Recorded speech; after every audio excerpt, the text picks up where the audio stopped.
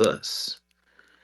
Man, I'm so sick of these folk coming over. It's just crazy as hell. How you gonna fuck up in your homeland and come running to somebody else's house? This is my house. The United States of America belongs to me. How you gonna come over here and then give me some fucking advice? Guys, serving in academia, particularly in higher education, is full of people who ran to our historically black colleges. Historically black colleges were created for us. Coming to our historically black colleges and advise us on how to do stuff right. I'm hoping that y'all can help me understand that. But secondly, was FBA farmland was stolen? Really? Hell yeah, it was. So let's dive into the second part right quick. What I want to address, ladies and gentlemen, is the Homestead Act. Yeah, I said it. So, first and foremost, during uh, shortly right before the Civil War, the Homestead Act granted free land to immigrants, to white immigrants, where they were allowed to farm. This land was ours.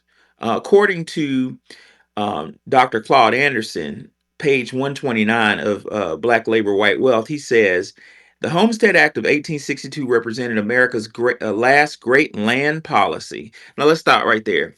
Dr. Anderson said America's last great land policy because um, if you think about it, during the Thomas Jefferson administration, he did westward expansion, which directly affected foundational black Americans because a lot of the quote unquote indigenous Indians were black. They were straight up black folk. So those of you who hadn't been on my space that much, about 6 months ago, I told y'all that I did a training. I had a high honor of being selected to do a specialized leadership training with the United States Marine Corps, which I thought was academic, but it wasn't. I mean, people broke their legs, and I came out with bruises and cuts. I'm not a Marine, but I train with them, and they're real fun. But at the end of our training, the Marines opened up Paris Island to us.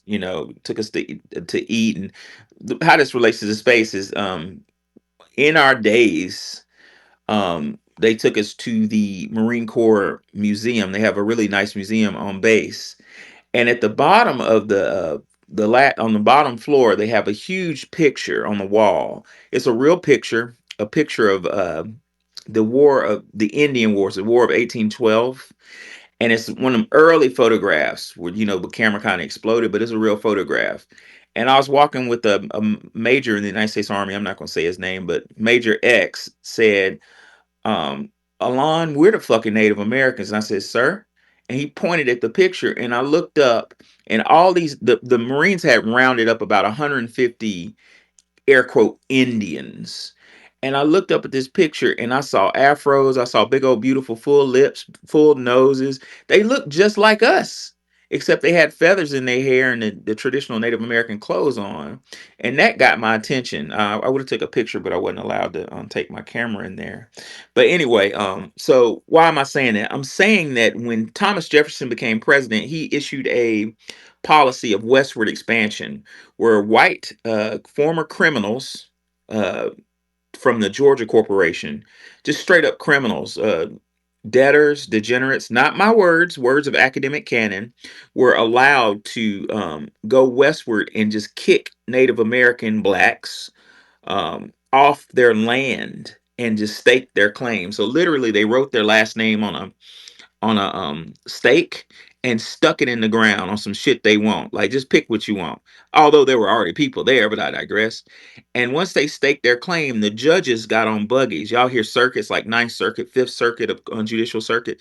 The judges used to literally ride the circuit. They get in buggies on horses and ride the circuit with a recorder, and they would write down the last names on a map to stake the land. Now that shit is not fair because that land that passed through hands, passed down through generations, still is linked to the people who got it for free under the Jefferson administration. I brought that up because that was the second time. That was the Homestead Act was not the first time, but right before the Civil War, that shit happened again. According to Claude Anderson, the Homestead Act was enacted on the eve of the Civil War and provided anyone living on land for 5 years while making some improvements could acquire a free title to 160 acres. Now, Dr. Anderson says blacks were unable to acquire any of this land I'm sorry, in any of this last time giveaway of land wealth. Many were interested but had their lives threatened by whites, not and decided not to pursue the free land. Stop right there. These Irish immigrants who were failed in Ireland at the potato famine, poor, degenerate, sickly, came and threatened us when we had been in America for 10,000, at least 200 years at that point, possibly 20,000 years, who knows, depending on your lineage, on your family heritage. These Irish immigrants threatened us not to get free land. Dr. Anderson says the acquisition policy of the Homestead Act was that anyone who tended the land should not have to pay for it. But again, hypocrisy reigned. No one spent more time tending the land than blacks, certainly not European immigrants. Yet, even free blacks were not allowed to participate in the famous land rush in the West. So, these Irish immigrants, non Americans, stole black farmland and were supported by the United States government. Dr. Anderson further says both free and enslaved blacks were forced to delay their land ownership dreams and wait for the freedom that the Civil War would bring. Blacks were legally free by the Emancipation Proclamation, but at the end of their servitude did not result in receiving the compensation that was given to white indentured servants, the Irish. At the end of their servitude, white indentured servants typically received a small parcel of land as well as a suit of clothing, farming tools. Did y'all know that? Crop seeds, livestock, some money, and sometimes guns. These were the minimum tools needed to earn a living and protect one's family. Dr. Anderson says emancipation set blacks free as ignorant, penniless, defenseless, landless, powerless, and non competitive human beings. Stop right there. That word non competitive is important because in my world of education, I see overarching policies that keep our children or attempt to keep our children non competitive by keeping them out of STEM, but I digress. Dr. Anderson says nearly 5 million blacks were made wards of the public, dependent upon handouts, welfare, or whatever they could steal in order to survive. No attempts were made to correct the centuries of social engineering to which black slaves have been exposed. Let's stop right there. Ladies and gentlemen, these immigrants from Ireland threatened us off our own land. And as you just witnessed with textual evidence, Black Labor White Wealth, page 129, second paragraph, they were given guns by the government to keep us off our own land. So FBA farmland was stolen. What are your thoughts on this, Wani? Yeah, I agree. It was stolen. And now people like me, I don't even know what farming is. I don't have the green thumb. My grandmother was born in North Carolina and she didn't have anything. She lived in Philadelphia. She didn't have anything to do with it. So when people like Jasmine Crockett make those statements, they're speaking from you know, a lineage away from picking cotton because I don't know anybody. If I hadn't lived in Delaware for, some of my school years, I wouldn't have known anybody doing farmland, work on farmlands, picking strawberries. We used to do that, but that's not my lineage. I moved over there. My grandfather lived there. But that's you can see when people say that because I used to say that too. I was like, no, nobody's doing farm work, but they literally are. We just don't hear about it. And they have some very elaborate farm equipment now. It's not like it was a long time ago. They have some of this equipment is like millions and millions of dollars, and but people are still doing farming, and I wish we could have more black farmers. And I've seen some of these black farms, and they are really, really a breath of fresh air to be able to have that much land and have so many different types of food that you're growing for yourself. It really, I wish we could get back into it, but people feel like it's going backwards because when we come out of these systems, you know what I'm saying? First you do agriculture, then you're a merchant, and then you're into tech. It's like these steps, but I wish we could do all of these things together, like um, a real group of people instead of saying, okay, I already did the farmland. Now I'm going to be a merchant. Now I'm going to do this. We've already done all these steps. We calculated the moon landing and we picked cotton.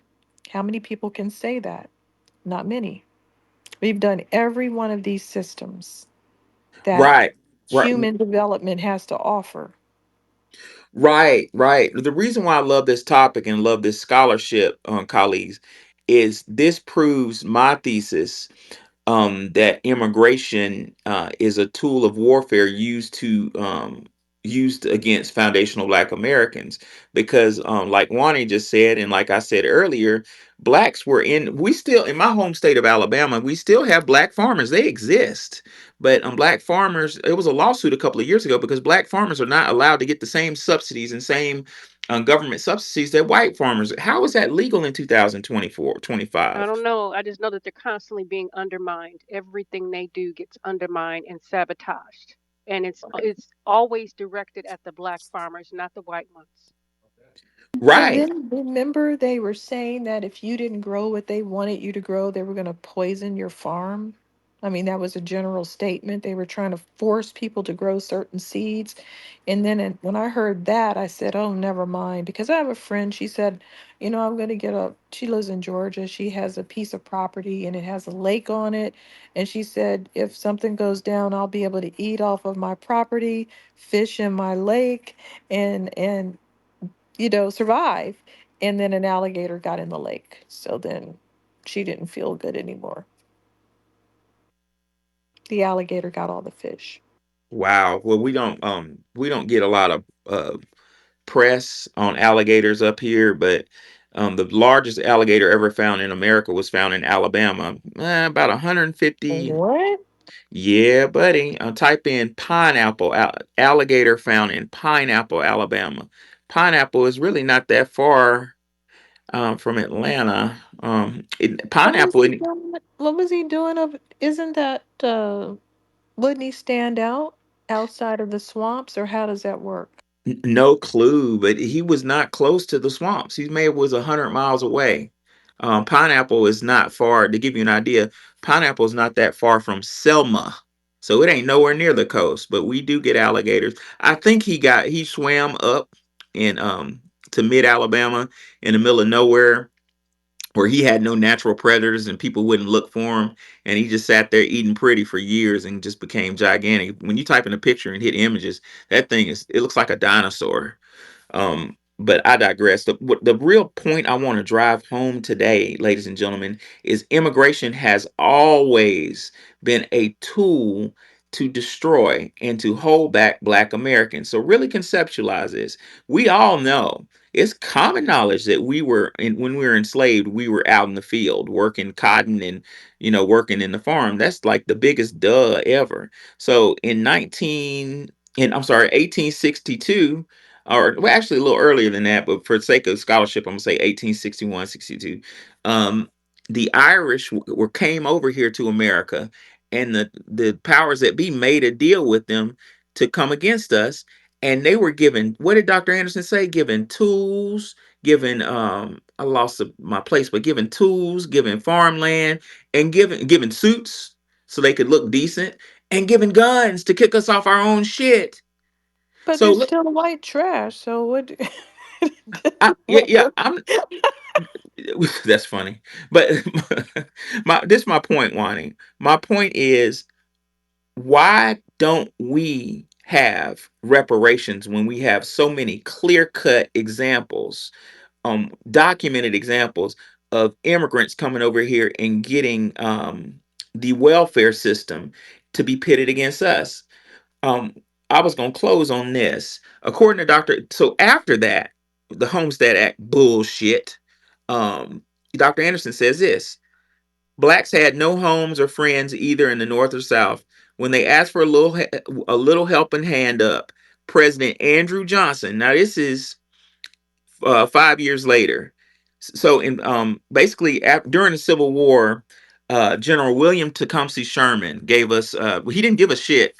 It's a long story, but Tecumseh Sherman, as a general officer of the United States Army, in the time of war, had the so when martial law is declared duly, which Lincoln declared martial law, the law changes. Things get drastic. So basically, general officers of the military kind of become politicians. So in early 1965, according to Dr. Howard Zinn, General William Tecumseh Sherman held a conference in Savannah, Georgia, with 20 Negro ministers and church officials. Stop right there. Tecumseh Sherman had was general officer along with General Ulysses S. Grant. Grant was in command. He had the command, but they were given two different areas to command, and Sherman had the South. And Sherman ignored his fucking orders from Lincoln to stop and just marched through Mississippi and burned that motherfucker to the ground. I double dare y'all tomorrow to drive through Mississippi. There's nothing there. It's nothing there because it never recovered from Sherman's death march through that motherfucker. I don't know what old enslaved black woman started crying and gave him a hug. I don't know what happened, but whatever he saw them doing to us, he stuck it to the Confederates hard. Sherman burned Atlanta to the ground. If you ever been to the Underground Mall, that's a remnant of the parts of Atlanta that survived. It survived because underground. He burned Atlanta to the ground. He stopped burning shit to the ground when he got to Savannah because Savannah was so gorgeous, and Savannah had a culture of blacks that was a little bit different with the Geechees and whatnot. So when Sherman got to Savannah, he met with ministers. Dr. Zen says most of the ministers were former slaves, quote, which at one of them expressed their need. This is what one of our ancestors told General Sherman. The way we can best take care of ourselves is to have land and till it by our labor. Facts. Dr. Zen says 4 days later, Sherman issued Special Field Order 15, designating the entire southern coastline, 30 miles inland for exclusive Negro settlement. Freedmen could settle there, taking no more than 40 acres per family. By June 1865, 40,000 freedmen had moved into these new farms in the area. But President Andrew Johnson in August of 1865 restored the land to the Confederate owners, and the freedmen were forced off, some at gunpoint. So why did I bring this up, family? I brought it up because Sherman had a right to give us land and gave us the 40 acres and a mule under Special Field Order 15. And again, President Andrew Johnson, a Democrat, let me say that shit again, a Democrat, took that shit away from us. Lawyers, if it's any lawyers in here, my question is, did he have legal authority to do that? I don't know. I'm just asking. But my point of bringing this up, ladies and gentlemen, is there is a reoccurring theme in America that still exists today to keep black people away from land. Therefore, we need goddamn land in this reparations claim. But I digress. Love, I am. What's on your mind? Land will come soon, but we always want to make sure that we let them know that money is first and foremost. Oh yeah, Foremost, but yeah. no doubt. Money and land. Money first. Go ahead, love. I am. Love, I am. Can you hear me? There might be a fear that if we get money, we may disperse and, become jet setters and not be a stable group for them to milk off of. So, land would probably be something that they would want us to have along with the money because it would create more stability. I think land is great. And like I said, the way to have a real group of people is to do everything from the janitor to the person calculating the moon landing. You have to do everything. You can't just go, oh, let those other people do this. You need to know how to do everything. You need to have people that you trust doing things on every level. Every Every level. level of human development is necessary. Every level. This Right, is right. why this is why we need those cash payments, and we need them paid out first. And after we all get our cash payments, we will then revisit the idea of land. They owe us money, and they owe us money first and foremost before anything else, with all due respect to the space. No, you're exactly right, Nikki. And what Nikki said is true. The first priority is we need our fucking cash payments. But after we get our first, because we need multiple disbursements of cash. Once we get our first cash payment, then discussions need to be made to get land. And another one that's often missed is institutions. Institutions that are controlled by us, not no NAACP, which has a hidden hand in it. We need our institutions. Maybe the Freedmen Bureau brought back by an elected body, governing body, who foundational Black Americans elect, not some outside body. Because another thing, as a historian, I'm fucking sick of is these outside influences running organizations that's supposed to be for us, like the NAACP. When the NAACP was created, uh, all the board members were white people. How does that make sense? The only non-white board member was W.E.D. Du Bois. Should I say more? Love, I am. You ready? Love, I am. Speaker maybe going off. Xavier, what's on your mind? Hey, how you doing, man? Basically we bringing up farmland. Now, I live here in Japan, correct? Yes, I know about that. I've seen you talk to Tariq before. Yes, we know who you are, Okay, Xavier. cool, excellent. Now, see, the thing is, one of the things that's never brought up is the export of American agricultural products is a multinational, multi-trillion dollar business around the world. Multi-trillion dollar. One of the most powerful lobbies that control Japanese politics are the rice farmers. These guys are like the richest ones in every town. Their houses are big. Hey, stop right there. I want to piggyback off what he said. What he just said, ladies and gentlemen, is so fucking true. We get gaslit and brainwashed into looking at industries such as tech and medicine and all that's well and good, pharmaceutical. But Mm-hmm. like he said, the biggest hidden secret is the biggest chunk of money is comes from produce, from From food, from from Pampers, that farms. type of shit. Yeah. From farms. See, when when Jasmine Bang literally gaslit the entire black population, talking about picking cotton, lying to them, talking about, well, you ain't gonna pick that cotton. I said, whoa. And then you had Negroes eating that up. And here it is, every day I ride on the train and everything, I'm seeing major, major advertisements by the American embassy, by the Australian embassy, promoting their beef products, pork, promoting their fruits. I mean, Mexico gets so much tons of millions of dollars just exporting its avocados. Spain with its fish and its paella. In every single last Japanese food market, you see the government spending millions and millions of dollars inside of these grocery stores advertising their products to the Japanese people. I mean, embassies get behind this. And here's another thing: you cannot have an independent, powerful population until you secure your food. What's Bro, the you can't have an army or a military exactly? without food. Finish your thought. That's all I was saying is like I was piggyback Yes, on what you said. Food is critical. exactly. It is something. It's Here's something we often no. overlook.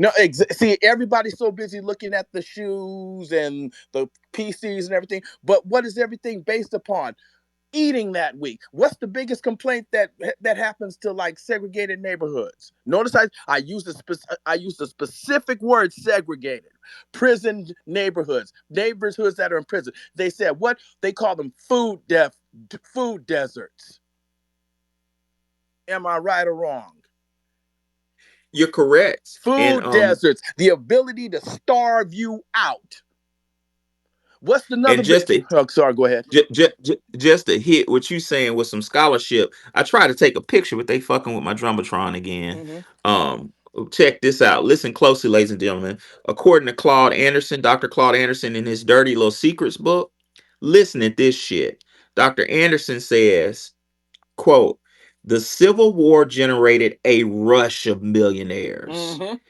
Period. Merchants who were able to sell slave produced items, especially food, clothing, military supplies, and weapons reap fantastic profits from the government contracts. So, what does that say? That says that the Civil War, a bunch of white men became that were just penniless, broke as hell. A lot of them Irish Mm-hmm. immigrants became millionaires because they had the ability allocated by the government to sell what Dr. Claude Anderson said, food. Where was that food? Who was that food grown by? Mm-hmm. Us. Mm-hmm. When it comes to what you call it, George Washington Carver, his basis was what? Agriculture, food, the peanut. But here's another thing that most people aren't understanding. Do you know how? Do you know the amount of combat that happens when you try to import foreign rice into Japan? It I is. imagine. Oh, one of the things that you don't play with the Japanese, you do not play with their rice. Why would anyone want to do that when Chinese people have the best quality They of rice? What, who would be I trying to don't think they import no, no, do. rice? no, no, They no, no, no, food no, is no, no, plastic. no, no, no, no. Their I'm about food to is get made on of that. Chinese plastic. do not have the best rice. Who No, they does? They don't. put plastic in their food. See, that's the thing. And when it comes to Haiti, when it comes to Africa, the Chinese are exporting. They're exporting plastic to the black countries. No, I'm not talking about that. I mean the rice species. No, Who, which the best rice rice is either in species? Thailand or Japan. Okay, Well, so well that's still Oh, Asia. okay, okay, all right, yeah, yeah. got you. Okay, Yeah, that's still I'm Asia. in the I'm in the center of I, the rice empire. So the I different would. Asian countries are not sharing their rice. No, no, they're trying to export it. What's happening is Japan is not refuses to import it. That's why they put tariffs on it. But the Well, I thing would. is, it's Gotcha. like Okay. now All here's right. the thing though. Not only and the one thing that China does is China is notorious for selling this counterfeit food. You have to see it. They can literally turn a piece of pork, put chemicals on it, and try to sell it as a piece of steak. I joke you not. What's the point of, is it cheaper to No, make no, it's not about being cheaper. It has no nutrition. they just want to kill us with No, not plastics only do they want and to kill you, but they just want to make profit. One of the most unethical places to ever do business is with the Chinese. Everybody hates Trump so much that they actually refuse to look at China's record.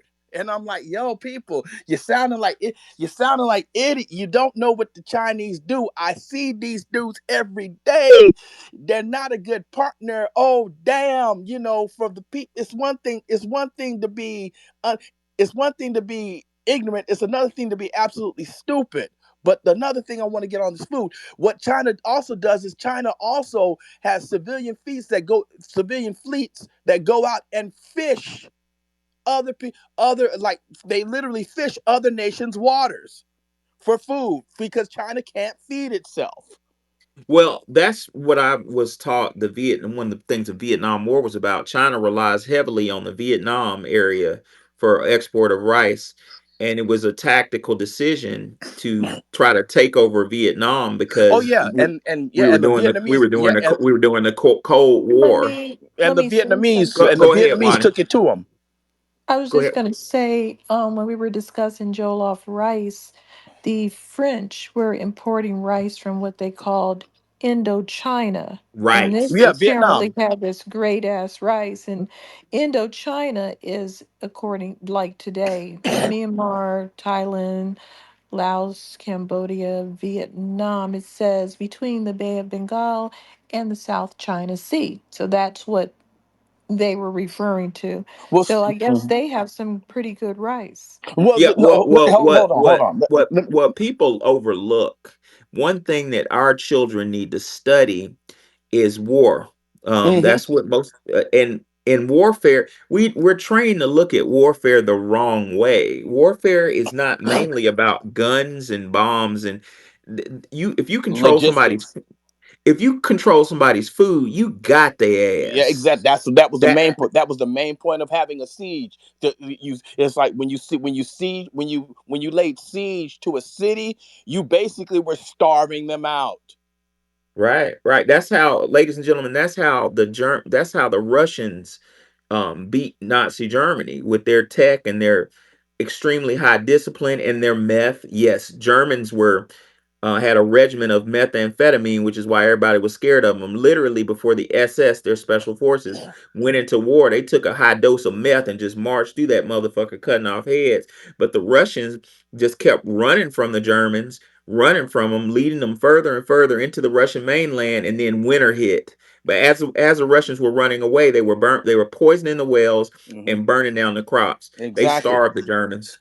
Now let me break down the golden triangle of warfare real quick. Well, we're kind of No, we're short on just time. 2 seconds. 2 seconds. Go ahead. Okay. See, it said that amateurs study tactics and strategy. The professionals study logistics. Logistics means basically getting your men, the food, and the equipment wherever they need to be in order to conduct that war. The main thing, food and supplies. Food and supplies. That's what makes that right there. That's what makes America the superpower. We have we have the most effective navy and we have the most lethal arm of military ever devised called the Military Airlift Command. So again, these soldiers have to eat. They got to get food and supplies. And why did the Nazis lose? Food supplies. What killed them? Food supplies. So again, what's the one thing that we need that we refuse to even look at because we're so busy styling and profiling?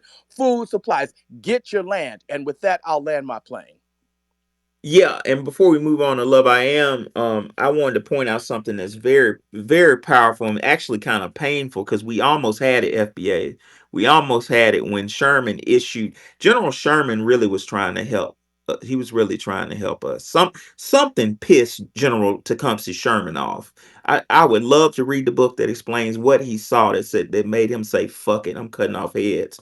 If you look at Special Field Order 15, in the order which he we're named as freedmen in a legal document, which is important. It says Special Field Order 15 designated the entire southern coastline, 30 miles inland for exclusive Negro settlement. Freedmen could settle there. Stop right there. Why was that important? Sherman was into logistics, like the gentleman said. And Sherman knew for a group of people, foundational group of people who deserve their own land, they need a food source. What food did we have off the coastline? Fish. That's why he did that. We were so close until Dixiecrat Andrew Johnson got in and fucked us up. There's a long history with the Democratic Party turning on FBAs. It goes back to 1860s, but I digress. Love I Am, you up yet? Love I Am one more time. Going once, going twice. Something's probably wrong with the Speaking speak. of Go ahead. speaking of 40 acres and a mule, um, I realized that this person, what is his name? Whatever, took 40 acres of land in Tulsa and sold it exclusively to black sellers. Interesting. Wonder what we did with that. Huh, interesting. Hampton, what's on your mind? Black Wall Street. Peace, Wow. family. What's good? What's up, Um, Hey, brother? I wanted to quick piggyback on something that Xavier was saying before. He said, and then I'm gonna go to my main point. But he said um, he brought up the Chinese and how they do business. I'm not sure if you guys saw this, but very recently, probably within the last day or two, there was actually an article that came out of Spain uh, where they found that the Chinese restaurant was serving people what they were claiming was a high end dish, right? And come to find out, the health department goes in there. You know what they serving people? Pigeons, street pigeons. I Oh saw someone yeah, catching a yeah, pigeon, literally catching it and shoving it in a food truck. yeah. It I was an saw that Wow. Arab too. man. Did you Yeah, see that? It was you posted it. Yeah. it was an Arab guy, but I wanted to get back to the reason for selling us plastic food. Not me, but people in general. I've They don't seen they they don't have any respect. They don't give, they gives no fucks. They it's the same reason that they are on TikTok. Just they don't care. They'll copy anything from you. They'll take your whole business from you. They'll take all your ideas. They do not care. They just trying to make some money. They don't have any type of moral ground. Remember Go when ahead. they what did they put in that milk and it poisoned a bunch of infants and they killed that person. They executed the person that did that in the baby formula. Um why? I don't understand it. What are they doing? What am I missing? I don't know, Wani. That's a good question. Could it be economic warfare? I remember one years ago, we bought some catfish from China, and we were eating. It was like tastes like it was like chewing gum, and I picked that shit apart, and the catfish had goddamn plastic fragments in it. So Inside the stomach? just in the skin, it was little bitty pieces Oh, of. wow. Yeah, farm grown catfish with, and the excuse was the catfish were eating, will sit and eat plastic off the bottom of the river. But I was like, no, no, no, this shit, they weren't in the river. This is farm grown. So y'all putting plastic in the goddamn fish.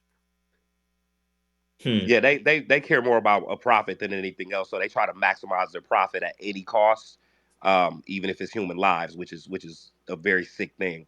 Um, to What? go to my kind of my second point, Professor, and this is what I wanted to really touch on because y'all cooking tonight. You were talking about land, and you were talking about how even up until today, they're still taking land from Black Americans. And one of the things that excuse me, one of the things I'm kind of battling a cold, y'all, so I apologize. One of the things that I actually have experience with is kind of dealing in that arena. And so, what you'll find, and a lot of y'all, when you do your genealogy, like ask your elders if y'all had some land, or if y'all great grandmother, or if y'all grandmother had some. And the reason being is because um, a lot of what happens is you may have had an ancestor that had some land, and then it becomes heir property, right? And that ancestor may have had a bunch of children, and their children had children, and so on and so forth. And so when there's heir property, once it gets split into so many different properties, once it gets split into so many different heirs, essentially what will happen is a corporation, an oil company, any type of investment company that's interested in that particular portion of land, they can go in, and even if the taxes are paid, let's say if they were to go in and do a mineral discovery, even if the taxes are paid on the land, but they were to do a mineral discovery, right, with permission, and they go in and find that the minerals have oil, they can go in and actually purchase a piece of land via auction because it's heir property. Is so many different heirs to it that essentially it can be purchased by an outsider because it's split into so many different lots. And so they can essentially come in, legally buy some land that belongs to your family, a small piece.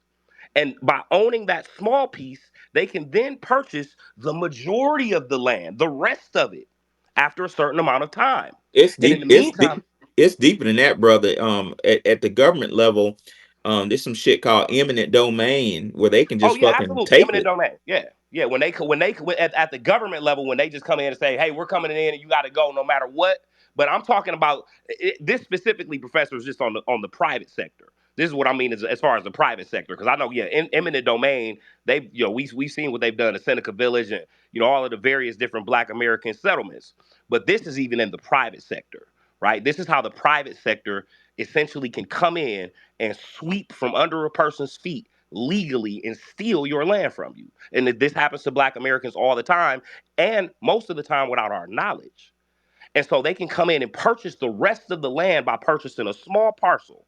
So a lot of y'all, when you go back and do your genealogy, ask your elders, see if y'all have land out there. And when it becomes heir property, it can be split into it can be split two specific ways. Heir property is usually split per stirpes. There's per capita, which means everybody would get an equal portion, and then there's per stirpes, which means it would go to the remaining heirs. And that's how heir property works. So essentially, if you check that out in your lineage and you find that you have something out there, or you may have had relatives from down south, Mississippi, Louisiana, etc., take a look. See if your grandmama had something, if your great grandparents had something, because you would be surprised. And you might have some time to still go in and stake your claim. And I'm going to land my plane there. No cap. We're gonna go to Love I Am. You back up, love? Love, I am. Can you hear me? Some Let me might be. back channel. Let me just I message think her and she's find out having what's going a on. I'm connection gonna message issue. her. Yeah, let me find out what happened. All right, I'm curious about this. I think that says my name is Jay. What's on your mind? My name is Jay. Hello, you talking to me? Yeah. Yeah. How you guys doing? I just have a few comments. All right, what's on your mind? Um, it's been shown through studies that plastic makes you infertile. So somebody said there was plastic in the fish. Maybe they're feeding the fish some kind of plastic feed infused with other ingredients. Because if they're not killing humans, they're probably killing animals. That's just that could be a possibility. So plastic does make you infertile. That's a fact. Also, there's been studies showing that plastic has been found in our tissue, in our brain. Plastic is being found in our tissue all over our body. So, that's another reason why I birth wonder rates. if that's why they have Morgellons disease. Have you heard of that? No, I haven't heard of It that looks disease. like weird plastic fibers coming out of people's bodies, and they're like, why is that happening? People Yeah, don't they do they that. put plastic in almost What is everything. that? Yeah. And anything that they serve us, anything that they serve us, never expect that they're going to give you what they say they're giving you. It's always something different. Notice that when they do people's nails, they're wearing masks, but they're not telling their customers to wear masks. Just like I said, they just don't care. They don't care about people in general. To piggyback off what my name is Jay said, I want y'all to, when you get time, look up Dr. Ty, and this is a FBA brother at Berkeley.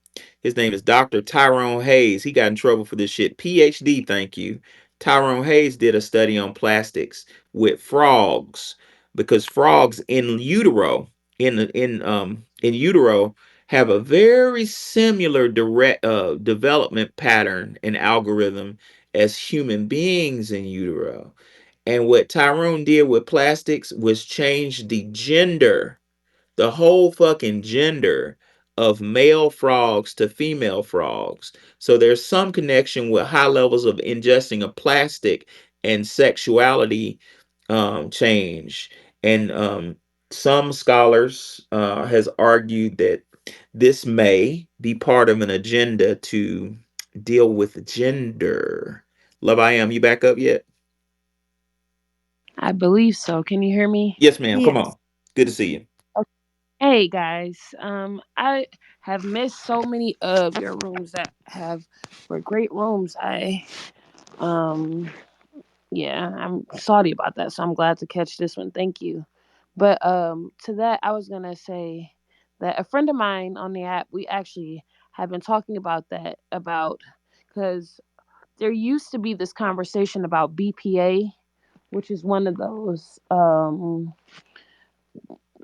those things that was found in the food product. And there used to be a conversation about that affecting people. And we concluded that that is a form of biochemical warfare.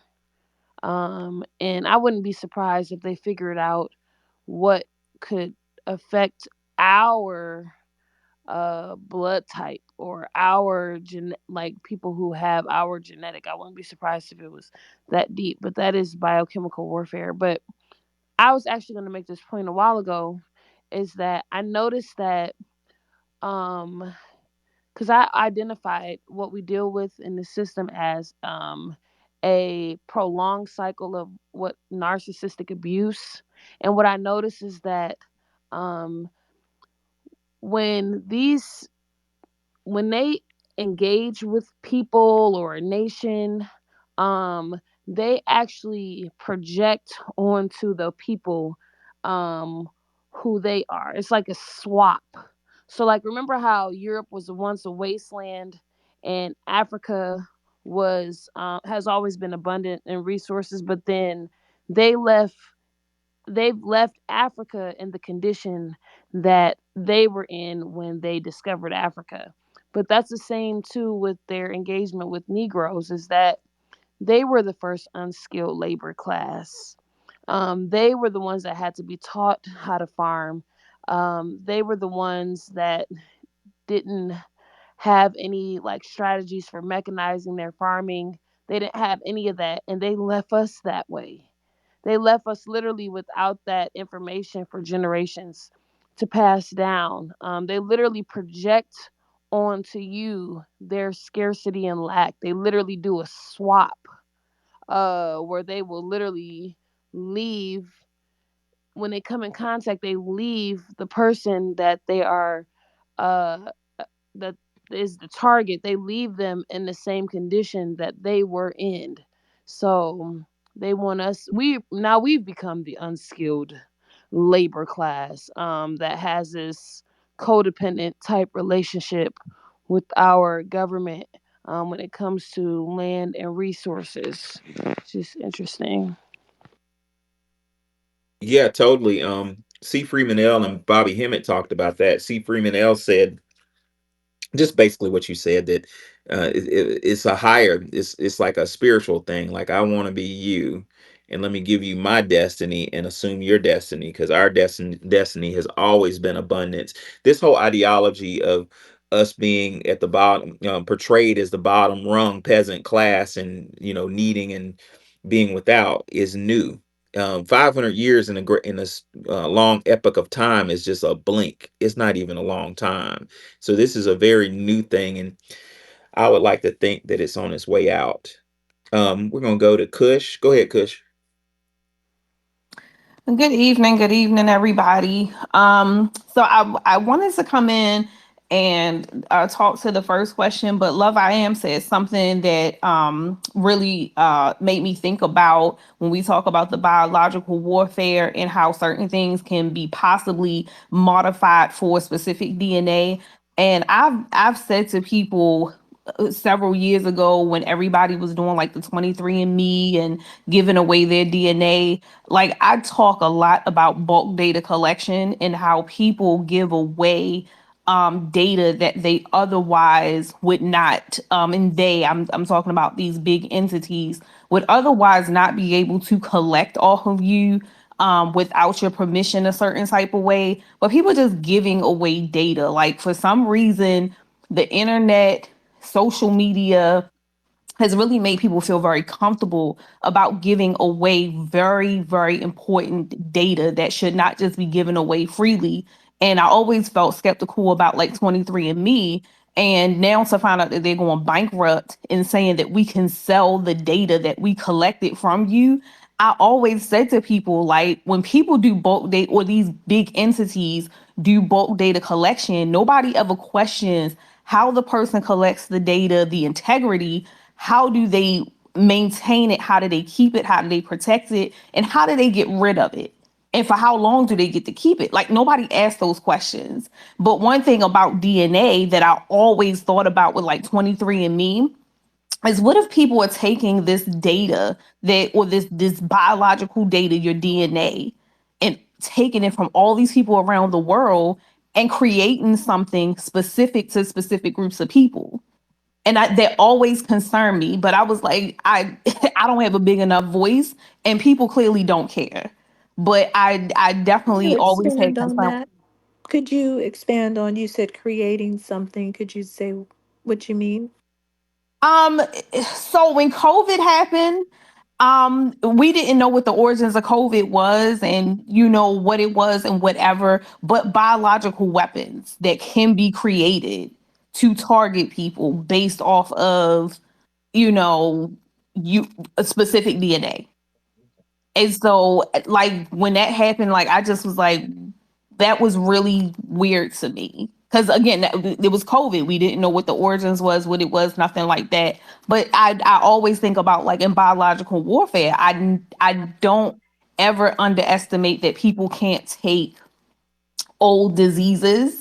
So, like, something like smallpox or monkeypox and things like that, things that we thought we've eradicated, we see measles popping back up again, whatever the case may be. I, I believe that scientists all over the world are still dealing with these, see my air quotes, um, these, what we think are diseases that are gone or eradicated. They're not gone anywhere. I think scientists are No, still that's looking. they. Well, with the measles, people. are running across the border without vaccinations and flying in. So they're not getting vaccinated. That's why we're always going to get measles as long as we have a bunch of unvaccinated immigrants. That's number one. And now because they've got a bunch of bad vaccinations out there, people are scared to get them now. People don't want to get vaccinations because the way they've been giving them out and arguing with you. Like if you say, "Hey, I don't want my baby to get all these at the same time," I'm concerned, right? Why don't they just go along with what you're saying? Okay, we won't give them to you at the same time. They make a big fight over it, and it's just weird. If you don't want to get them all at the same time, you should be able to spread them out. If people are reporting that they notice a change in their child. Yeah, Fact. I definitely agree with that as far as the vaccines and stuff like that. But all I was saying is when we talk about biological warfare, whether it's through the use of food and things like that, I feel like because we don't know what 23andMe was doing with the data, we don't know if they were giving it to other people, if they were giving it to scientists. And now that they're saying they can sell people's data, you still don't know what's being done with your data. So it just made me think about biological warfare and the fact that there are definitely people out here with nefarious intent who are able to do more with our data than we could ever do with it. Because most Well, people don't think like that. one thing I'll say, I never put my name on my specimens when I send it in to do my DNA, but I definitely did it in different places. I didn't put my name on it. I just used a fake name, and it, brought up all my cousins that had those same, um, that had the same test done. But one thing they do is if someone related to you commits a crime, they will, try to find out how they will contact you. That they have hunted down some people, some wild cases. So I know they're going to hold it for that, for crime purposes. In case, because what they'll do is if say one of my cousins is a serial killer, they'll say, well, who's she? This DNA matches this person, kind of close. Let's call this person, but they won't be able to call me because I didn't put my name. But if you do put your name, you might get a call and somebody will say, how many male cousins do you have? And then you tell them, and then they'll just hunt that person down that way. So I know they use it for that. Yeah, they put it in And that CODIS database. yep, Ronnie. Yep, that CODIS is called CODIS. Yep, they throw it in that CODIS database. I saw, I think, one case where a woman, they ended up finding a baby. It was like a dead child or an Yeah, she unalive threw the child baby in the garbage when in she the was a garbage. Yep, teenager. Yeah. yep, and they Mm. hunted that woman down because a family member did a test and they went and found that woman. But 23andMe, aren't they closing down? Was it is it 23andMe or the other yeah, guy? 23andMe is closing. They they're telling everybody to get their data and their DNA deleted off of the site. So I don't know if people are doing that. That's why I have never trusted it. I even thought if I even give them my wrong name and somebody gets my real DNA and without my permission, and if I'm drinking on a straw, I'm out in public and somebody collects it, and I don't know. I don't want any. I don't commit crimes, but I just don't want anyone using my DNA for Well, here's anything. the issue. They can get your DNA no matter what you do.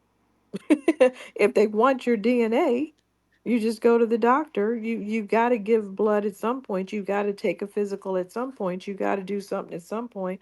If they're that desperate for everybody's DNA Yeah, Wani. based on race, I mean, they can get it. It's not that hard. Yeah, Wani. When I was in law school, I read cases of the FBI and agents, police agencies. They'll just get your garbage, like your garbage. Once it gets a. Yeah, your chewed gum, Yep. your Hmm. cigarette butts. Yeah, Oh, all the things trust me.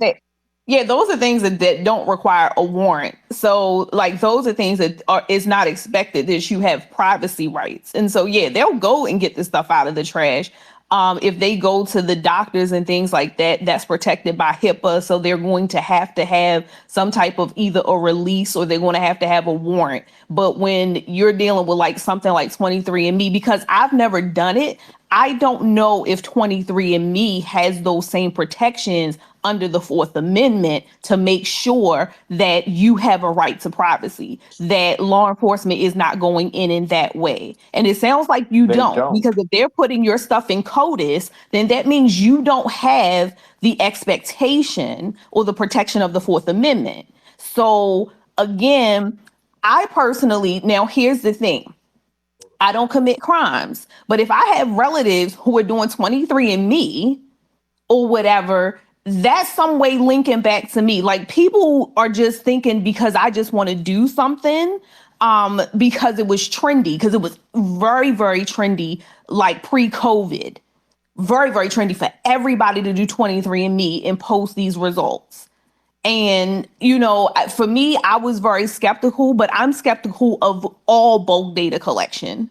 So I don't care what type of bulk data collection it is. I'm skeptical of all of it. Like, you're going to have to tell me a whole lot about how you handling my data for me just to be throwing stuff out there. Well, a big And a lot of people don't. But oh, because go why ahead. are they telling people, why are people telling people, hey, you need to contact 23andMe and tell them to delete your information? Why are people being told to do that if it's So not an Well, issue? they need to do it because it's a file and it has your profile information, your raw data. So if they said to do it, just do it. They may have some other, maybe they're going to sell it to some other company and they might do 20 something with it. And so, yeah, you better go get it. 23andMe is not the one. They are not the ones who are telling people that. Other people are warning Oh, some of their okay. Oh, customers okay. to do that. Yeah, well, but Yeah, but that's a good idea. here goes the problem. The problem, which what all of y'all are talking about, is policy, and the problem is we got too many old ass people in Congress making. Why is being a career politician in Congress even a thing? We got people that are too old to even know about algorithms and computer algorithm analysis in Congress, that basically the law is behind, way behind technology. So we got people in Congress dressing up, looking cute and pretty, that are like in their 80s and 90s, 70s and 80s, that don't even know what's going on.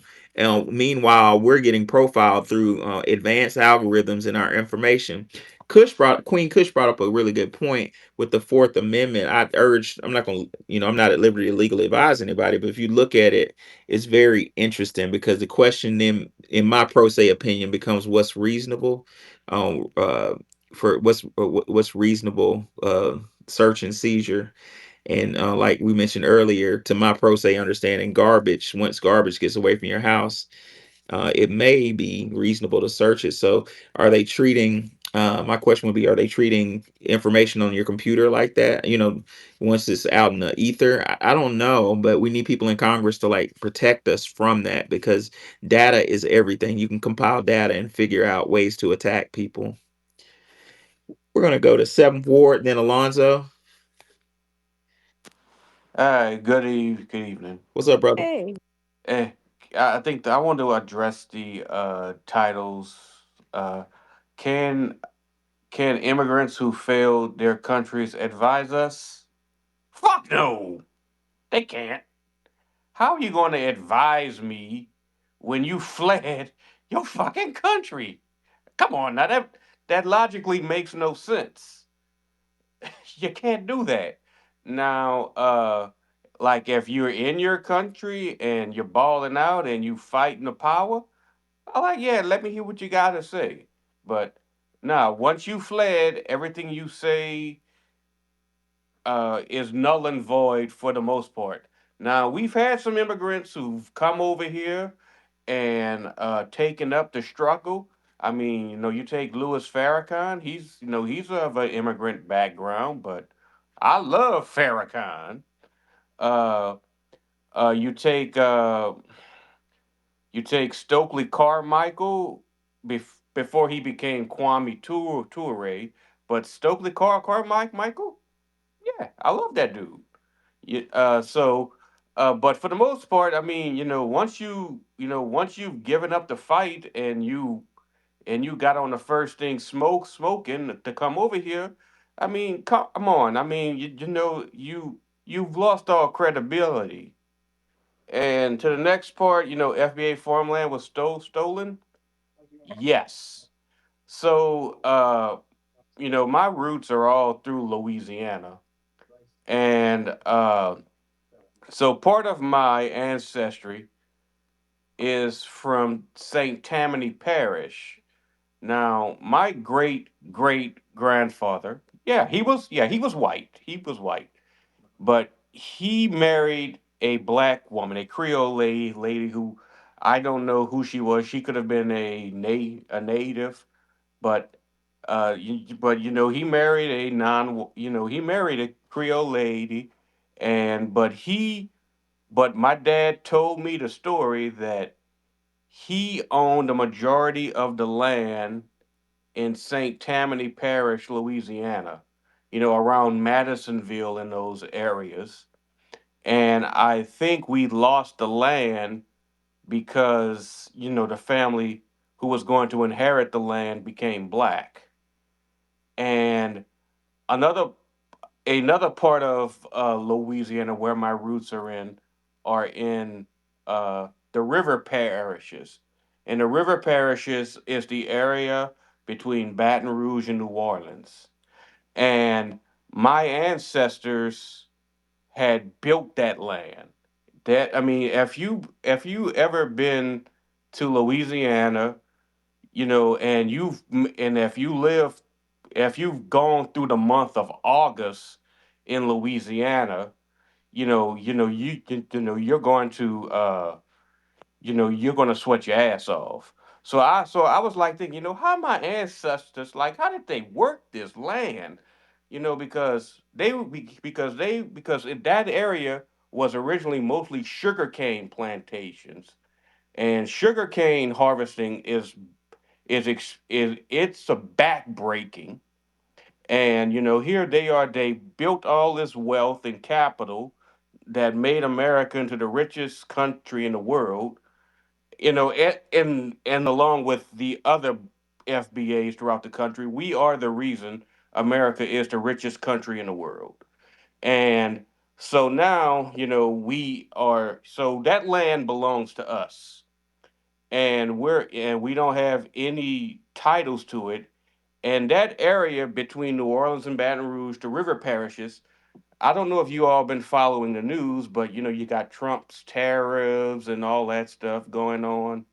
That area is probably going to become the most industrialized part of the country because it's got cheap, because Louisiana has the cheapest energy in the country.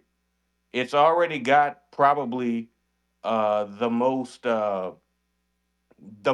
built up petrochemical industry because nobody else wants those facilities near them. That's why that area is also called Cancer Alley, because nobody else wants that stuff near them. So they say, hey, stick it in these old plantations, because a lot of those chemical plants and oil refineries, they were built on old plantations. And so now what's going on is that all this industry is coming to America. Like they're about to build this big steel foundry there. And Germany is moving a lot of its energy intensive factories to Louisiana. The big German chemical company BASF, like they're about to move all of that in Louisiana. And that's just a start, because all this they're about to build more chemical. I mean, more like they're building more chemical plants, and they're also about to build more energy generation plants in Louisiana because of all the resources there. And we are locked out of that. And like I say, the only way we're going to fix this, we have got to get on code, and we have got to say, fuck you, pay me. You owe us. You are still benefiting from the labor of my ancestors, That's right. and I'm still suffering because I am denied those benefits. So whenever some non-FBA say to you that, hey, my ancestors didn't own slaves, my ancestors got here after the Civil War. Fuck you. You benefited from the sweat, blood, and tears of my ancestors, and therefore you owe. With that, I yield the mic. Well, And But this is you're why we want cash payments. right we're on. not even talking to them. We're speaking to the government, and they keep putting their white face in everybody's business. We're not talking to you, white people. You're not the country. Go sit down somewhere. Right. We're talking to the country. To piggyback off what the Nikki, Wani, and Seventh Ward just said, let's look at Dr. Claude Anderson for some scholarly leadership. Dr. Claude Anderson in Dirty Little Secrets, page 167, says, quote, the Civil War generated a rush of millionaires. I'm gonna stop right there. Most of them were Irish immigrants who Dr. Howard Zinn says on page 227 of People's History of the United States, he says, how could these Irish immigrants, excuse me, how could these new Irish immigrants, themselves poor and despised, become sympathetic with the black slave who was becoming more and more the center of attention, the subject of agitation in the country? Racist hostility became an easy substitute for class frustration. The Irish immigrants looked at us like fucking food. They were never our friends. Back to Dr. Claude Anderson. Dr. Claude Anderson says merchants who were able to sell slave produced items. Let me say that shit one more time. Merchants who were able to sell slave produced items, especially food, clothing, military supplies, and weapons, reap fantastic profits from government contracts. That's our reparations claim right there. The government contracts gave these motherfuckers contracts to our free labor. So the government is responsible for paying us back, like what Wani just said. Period. Lastly, Dr. Anderson says others made fortunes from the war over slavery by selling abroad. For instance, the king and queen of commodities, of course, remain cotton and tobacco. Who in the hell picked the cotton? And who in the fuck raised the tobacco? I rest my case. Your witness. Go ahead, Alonzo. Hey, what's going on, Professor Wani and Nikki? It's been a while since I talked in this space. I'll answer the question up at the Jumbotron, and also I'll talk about the scholarship that I posted. Can immigrants who failed their countries advise us? I said, hell to the NISNOL. That is a definitely no. My mindset is definitely, if you're coming from another country and you want to advocate any kind of guidance or wisdom, you have to lead by example. It is written in the Bible, and again, I'm not being spiritual, but it's how have thy house in order, where ye will surely die. So don't come over here with that nonsense telling us what we should and should not do in our own land that we built with the backs of our ancestors and so forth. And you haven't even taken care of the land in your own space. In regards to FBA farmland was stolen, held to the yes, it was. And that leads me to my segue into my scholarship I posted in the Jumbotron, the Purple Pill. First book, The Forgotten Act, General Sherman, Special Order 15. Special Order 15 is broken down into 6 sections. And Section 3 is the section that actually outlines the 40 acres of mule allotment to the freemen. You also have the actual book itself, 40 Acres and a Mule. I will say this, at all the books that I've ever posted in any scholarship spaces, this is a book, a must read and must own book. This book outlines, when you read this book as a Black American, it will inspire you to acquire land, plain and simple. I'm just going to read a small little paragraph on page 197. It says, although many Southern whites oppose Negro land ownership because land carries status, some Southerners assisted blacks in their efforts to acquire land. By 1871, even Mississippi whites recognized the need to retain their labor supply. A convention of planters enacted a resolution recommended the division of large tracts into parcels of 40 or 80 acres for sale upon the most favorable terms to the colored people, that they may soon become better citizens and have more interest in the welfare of their state, end quote. The last 2 books I posted in the Jumbotron is Envisioning Emancipation, which it goes over. It actually has official records and documents and literature, and also has historical photos that are maintained in the Library of Congress and so forth of the actual freemen, how they lived post Civil War, post slave camps, and so forth. And then the last but not least book, the book on Reconstruction. Now, land. Yep, yep. Dr. Claude Anderson backs you up with that. The contracts that were given to the Irish, um, who were fleeing starvation. Listen to what Dr. Howard Zinn says about the Irish on page 226. Dr. Howard Zinn says, quote, the immigrants from Ireland fleeing starvation there when the potato crop failed were coming to America now packed into old sailing ships. So stop right there. Dr. Howard Zinn said they were fleeing starvation. They couldn't even fucking feed themselves. So somebody in here, please explain how you come over here and you can't feed yourself and you get a government contract. Give me my goddamn reparations and get the fuck out my face. Go ahead, Kush. Okay, I'm coming Who in here. didn't? I wanted to address the topic of can immigrants who failed their homelands advise us foundational Black Americans. I was listening to a playback of Tariq's show when one of these African first gens was trying to tell Tariq how ashamed he was of FBAs and whatever, whatever. And I'm listening to him talk, and something that got me to thinking as I was listening to him and these immigrants that are coming here, especially the Africans and the first gens that are raised by their parents a certain type of way.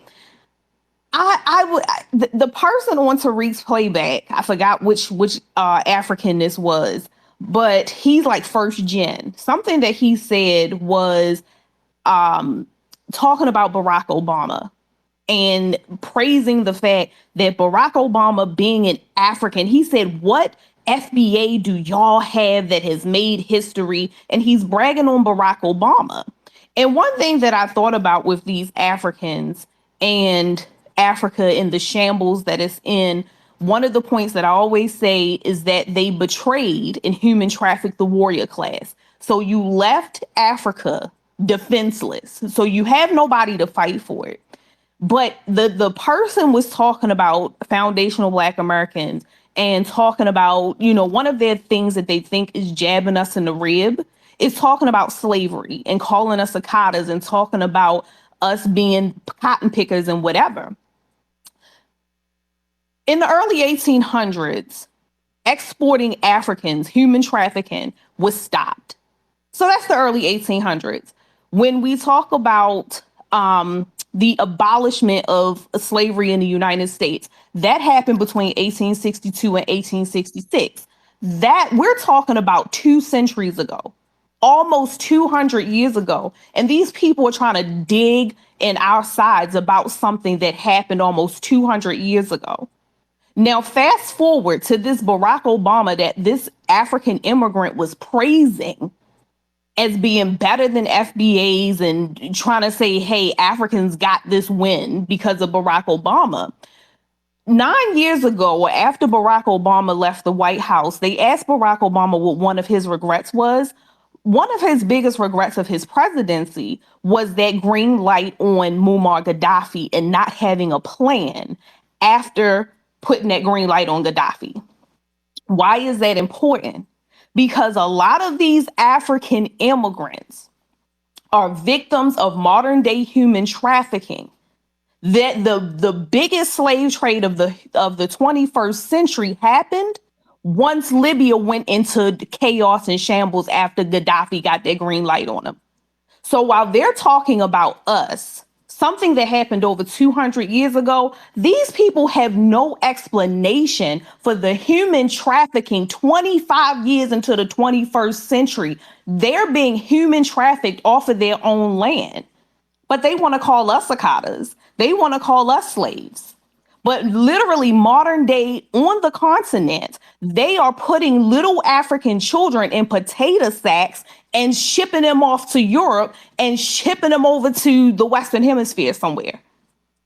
And I'm thinking to myself, how dare these people try to ever tell us anything When your country is in shambles and 25 years into the 21st century, you're being human trafficked up off of your own continent, and there's nothing that y'all can do about it or that y'all are going to do about it.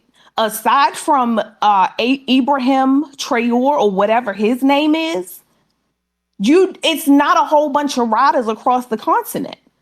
And so for me personally, these people could never tell me anything because my ancestors, my great great great grandfather fought in the United States colored troops during the Civil War. Our ancestors have fought for this country, have died for this country, have bled for this country, have built this country. We're 200 years in the making of something new. These people got to figure out how to stop human trafficking on the continent in the 21st century. They are so far behind all of the things that we've done. It's at this point, there's literally nothing that they could ever light a torch or a candle to us on. And I'm gonna land my plane there. All right, we're gonna go to Empress and We have oh, go ahead. okay, go No, no, ahead. no. I meant Go ahead. I was just trying to make sure you were following the hands because some people back channel me. Okay, okay. I go think ahead. only hand I see up is Empress. So correct me. It's Empress, Mark Anthony, and the last speaker will be Twizzle. Go ahead, Empress. Good evening, everybody. Good evening, Nikki and gorgeous professor. I'm so glad to be on. This is a wonderful, right on point topic. Can immigrants ever be able to tell a FBA anything? The answer is hell to the no. To the 25th power, never. You left your land, and the thing they'll use even in history books, am I right or wrong, Professor? We come for a better life.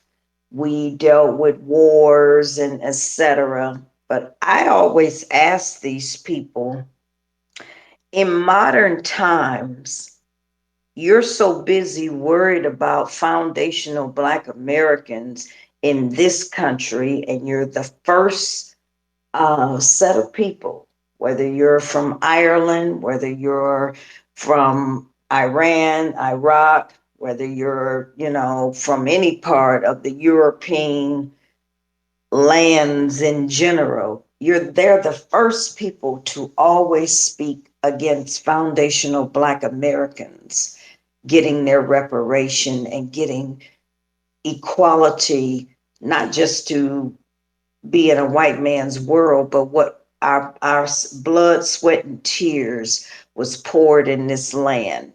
When you have a clairocentric, clairaudient ability, and you're born and raised in the North, and you travel to the South, you can feel the blood coming from that land. Don't care what part of the South you go, you can feel the whips and the chains of oppression. Those that can't feel it don't really have a gift of vision, prophecy, because those of us who is born with this, where we can look at our bloodline 8 generations back, you feel the suffering, and it's a difference I notice in having traveled myself in many different, states and even overseas, coming up as a child. People recognize immediately when you are a descendant from the North because your demeanor is different than one that has upbringing in the South, and they become very hostile. Um, Nikki, I sent you and Brother Tariq. There's this gentleman comes out of Nigeria. He's always on Instagram, and he's started coming on Twitter.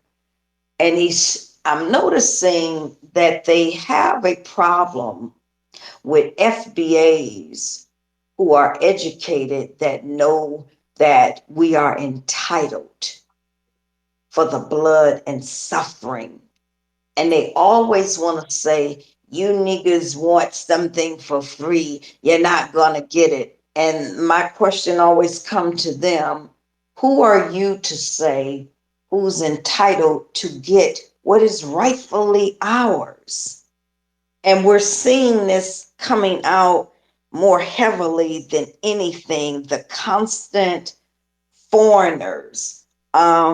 I heard you the other night, Professor, roasting some of these, foreigners, and I laughed. I enjoyed it. You be really on point. I really think they need to stay in their place, but it doesn't look like they want to. But they seem to be overly obsessed in labeling Brother Tariq and a few other brothers, on, Twitter spaces as occult leaders and keep wanting to label us as Africans and saying that we're brainwashed to now use foundational Black Americans, which is a bunch of nonsense.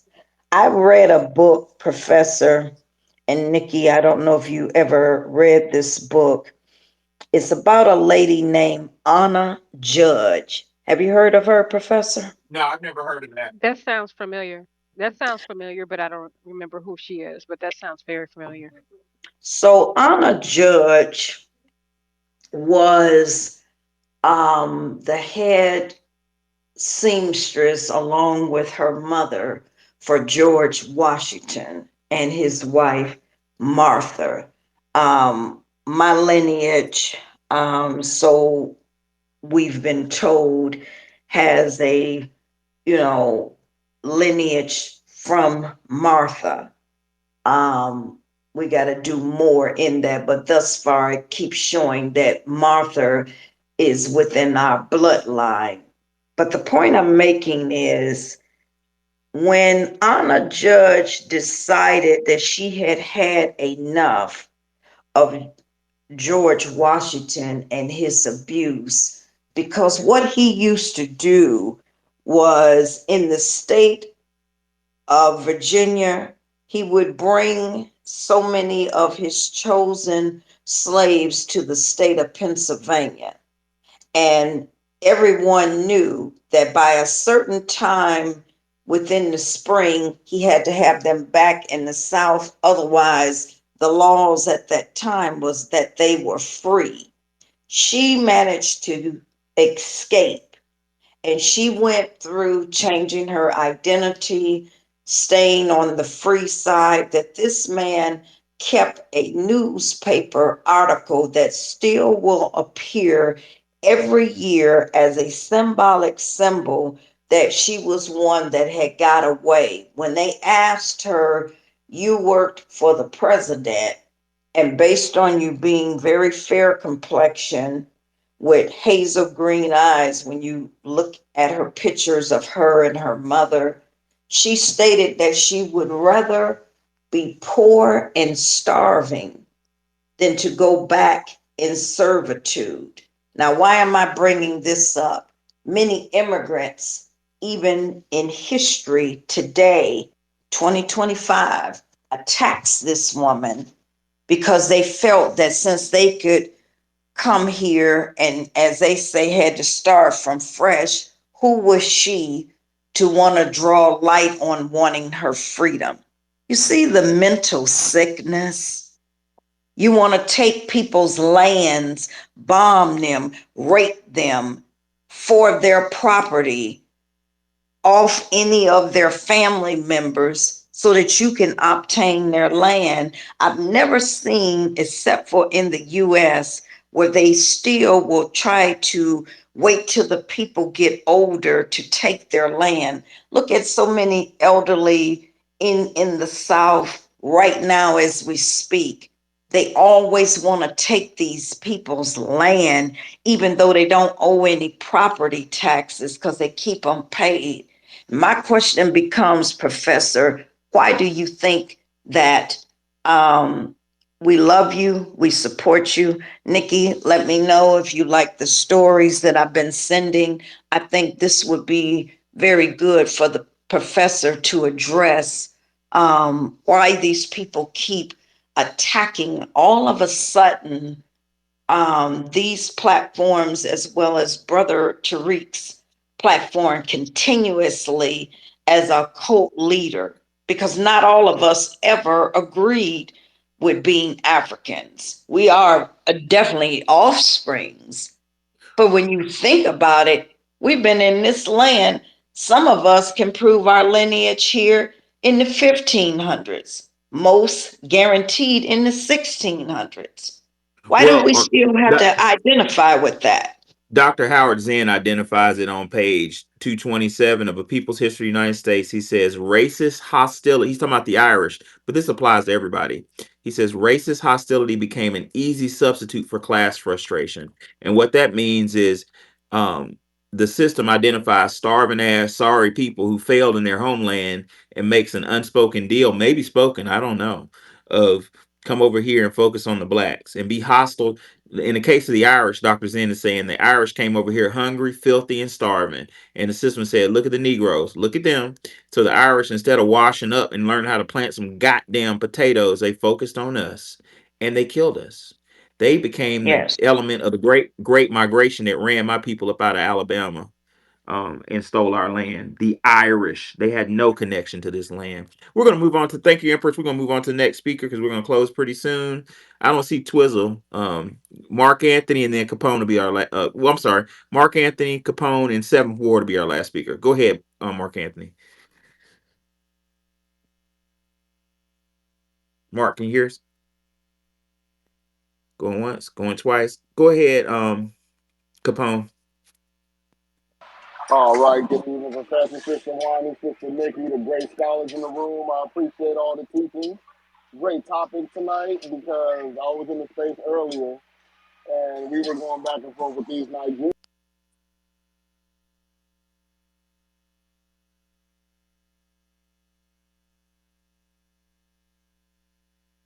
I don't know if my space messed up. Can y'all hear Nah, I him? sound like we lost him.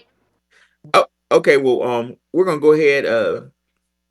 Mark Anthony, can you hear me? We're gonna try you one more time, and then if not, Seventh Ward to have last words. Mark Anthony going twice, three times. Something's wrong with his space. Maybe they're messing with us today. It's possible. Go ahead, take us home, Seventh Ward. Yes, sir. Professor, I just want to ask you, do you know Professor Black Truth? Have you reached out to him? No, Because I used to listen to his stuff all the time. I like his stuff, but I yeah, hadn't seen him in a while. I listen to it every day. Because he puts out he puts out a moment of truth every day. And like the reason why I bring him up is because I see you intellectually as an equal to him. And uh if you reached out to him, maybe he would like to do a space with us and take questions, because I haven't seen him do it in a while, but I have seen him uh, do a space where he took questions, and I think and I think it would be cool if you would maybe reach out to him and see if he would be open to doing that. And I got a sneaking feeling that if you did that, I think he would be obliged. With that, I You, yield the you mic. know, I'm glad you brought that up. I'm gonna look up Professor Black because I haven't had a notification of his space in forever. I would. Yeah, and I'll reach Yeah, out to like he does some. people and Yeah, reach out to yeah, because he likes to remain anonymous, and I respect that. So, but I think if you set the conditions up where it would be accommodating to him, that he would like to, say what's on his mind. Oh yeah, oh yeah, yeah. That sounds great. I'm gonna look to find out what's going on because I don't get notifications from him anymore, and I don't know what that's about. But yeah, I really enjoyed y'all tonight. This was a really powerful space. I learned a lot. Can immigrants who failed in their homelands advise us? No, that's not cool. Like there's a rite of passage in life. You know what I'm saying? And America allegedly is supposed to be a meritorious merit-based society. So if you failed in Nigeria and ran over here, I don't want you at my medical school telling me that you're a doctor and you know more than me. I don't want that. I will go in Congress and say that. And I've dealt with that too much in higher education. Now, last part was FBA farmland stolen. Yes, stolen on more than one occasion. It was stolen at gunpoint, according to Howard's End, on the coastline of the South, with respect to Special Field Order 15. It was stolen with the Homestead Act, and it was stolen. I'm going backwards. It was stolen when Thomas Jefferson did westward expansion, stolen from us. So we need it back. But first, like our sister Nikki said, we need our goddamn money. I wanted to give you some scholarship to show how we are the money of the United States. Wake up and write this down. Dr. Claude Anderson in Dirty Little Secrets, page 167, second paragraph says others made fortunes from the war over slavery by selling abroad. For instance, the king and queen commodity, of course, remained cotton and tobacco. On the eve of the Civil War, England purchased approximately 1 billion pounds from the South. While the Civil War had depressed cotton prices in the South to the low of 3 cents per pound, cotton industries in England paid as much as 48 cents per pound for cotton. The sale produced approximately $500 for every white person in America. For every white person in America got $500 back then. After the Union Navy began to blockade the southern ports and harbors, the profit on 1,000 bales of cotton, which with a fast delivery, that means within 2 weeks, in one instance was about $257,000 back then. Ladies and gentlemen, what I just read to you proved that not only did we make white people in America rich, we foundational black Americans put satin on England's panties. We made the goddamn English rich. So they're gonna be paying us a check after America pays us our check. I love you all. I enjoyed y'all. Juan, did you have any closing remarks? Night. Nikki? Good night, everybody. Love you all. Thank you for See coming up y'all. on Space Stage. Oh yeah. See y'all tomorrow. Peace out.